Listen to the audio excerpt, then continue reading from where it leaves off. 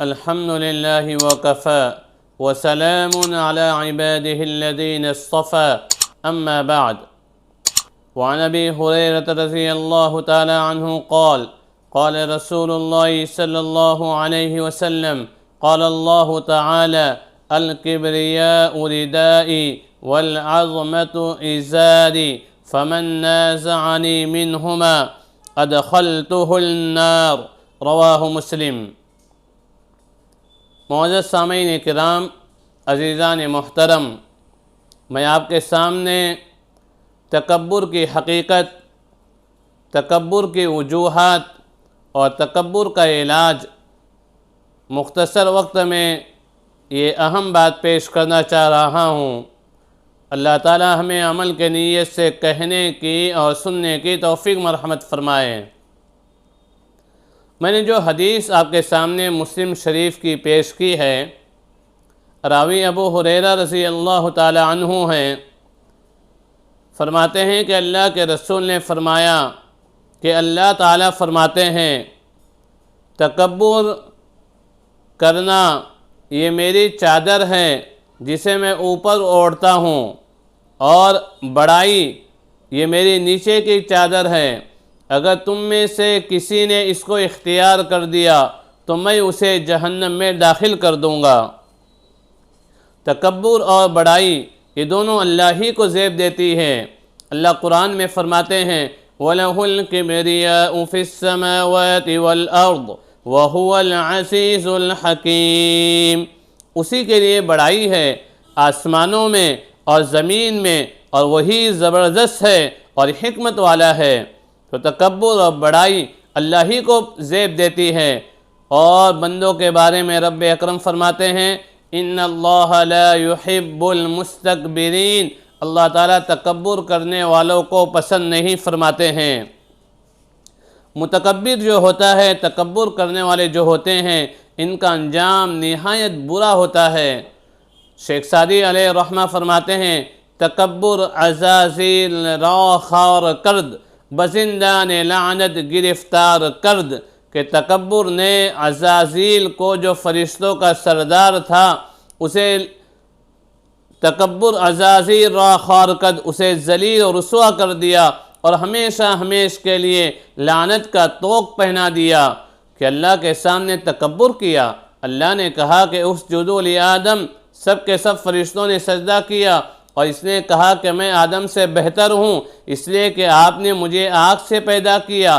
آگ اوپر جاتی ہے اور آپ نے آدم کو مٹی سے پیدا کیا، اور مٹی کو اوپر اڑانے پہ مٹی نیچے جاتی ہے. تو میری بڑائی ہے، میرے لیے بلندی ہے، میں اس کے سامنے کیسے سجدہ کروں؟ اللہ نے کہا کہ اخرج، نکل جا یہاں سے، اس لیے کہ یہاں میری نافرمانی نہیں چلتی ہے.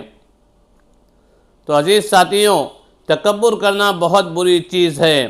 نزہۃ المجالس نامی ایک کتاب میں ایک بزرگ نے اپنا واقعہ نقل کیا ہے کہ میں بیت اللہ کا طواف کر رہا تھا. میں نے دیکھا کہ ایک شخص ہے، اس کے ساتھ اس کے حشم اور خدم، اس کے غلام ہیں، اس کی باندیاں ہیں، جو طواف کرنے میں اکڑ اکڑ کے چل رہا تھا، بہترین لباس پہنا ہوا تھا. میں اسے حیرت سے دیکھتے رہا کہ یہاں بھی یہ تکبر کرتا ہے. ایک زمانے کے بعد بغداد میں ایک برج پر سے میرا گزر ہو رہا تھا، ایک پل پر سے میرا گزر ہو رہا تھا. میں نے دیکھا کہ وہی شخص وہاں لوگوں کے سامنے ہاتھ پھیلائے ہوئے ہیں. مجھے تعجب ہوا. میں نے اس سے پوچھا کہ اے شخص تیری یہ حالت کیوں ہو گئی؟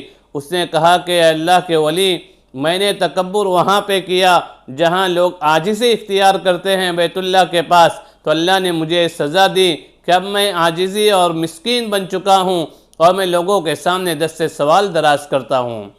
علماء نے لکھا ہے کہ تکبر آدمی کیوں کرتا ہے. تکبر کرنے کی پہلی وجہ علماء نے لکھی ہے کہ اپنے علم کے وجہ سے انسان تکبر کرتا ہے، وہ علم دینی ہو یا دنیا کی معلومات ہو. دوسری وجہ علماء نے لکھی ہے کہ انسان اپنی عبادت کے گھمنڈ کے وجہ سے تکبر کرتا ہے، جیسے کہ شیطان نے کیا تھا. اور تیسری وجہ علماء نے لکھی ہے کہ انسان اپنے حسن و جمال کی وجہ سے تکبر کرتا ہے کہ میں بڑا حسین ہوں، بڑا جمیل ہوں۔ اور چوتھی وجہ علماء نے لکھی ہے کہ انسان اپنے خاندان کے وجہ سے، حسب اور نسب کی وجہ سے تکبر کرتا ہے۔ اور پانچویں وجہ علماء نے لکھی ہے کہ انسان اپنے مال و دولت کی وجہ سے تکبر کرتا ہے۔ یہ 5 وجہ علماء نے لکھی ہے تکبر کرنے کی، اور انسان کے لیے بہت آسان چیز ہے اس سے بچنا۔ اس کا علاج علماء نے لکھا ہے کہ آدمی اپنی حقیقت کو سوچے۔ اللہ نے قرآن کریم میں جگہ جگہ فرمایا ہے کہ اے انسان تو اپنی حقیقت کو سوچ کہ میں نے تجھے کیسے پیدا کیا، میں نے تجھے منی کے ناپاک قطرے سے پیدا کیا، تیری کیا حقیقت ہے، تیرے جسم میں ابھی خون ہے اور تیرے پیٹ کے اندر غلاظت بھری ہوئی ہے، تو تکبر کس بات پہ کرتا ہے؟ تو انسان اپنی حقیقت کو سوچے تو اللہ تعالیٰ تکبر سے اسے محفوظ فرمائیں گے۔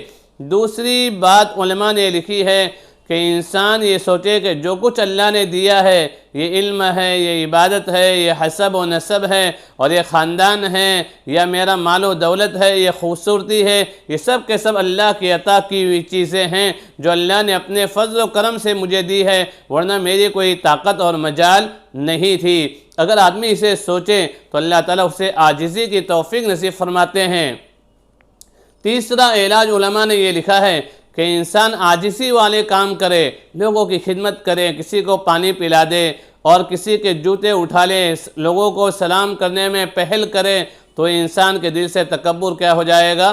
خود بخود ختم ہو جائے گا۔ اللہ ہمیں عمل کی توفیق نصیب فرمائے۔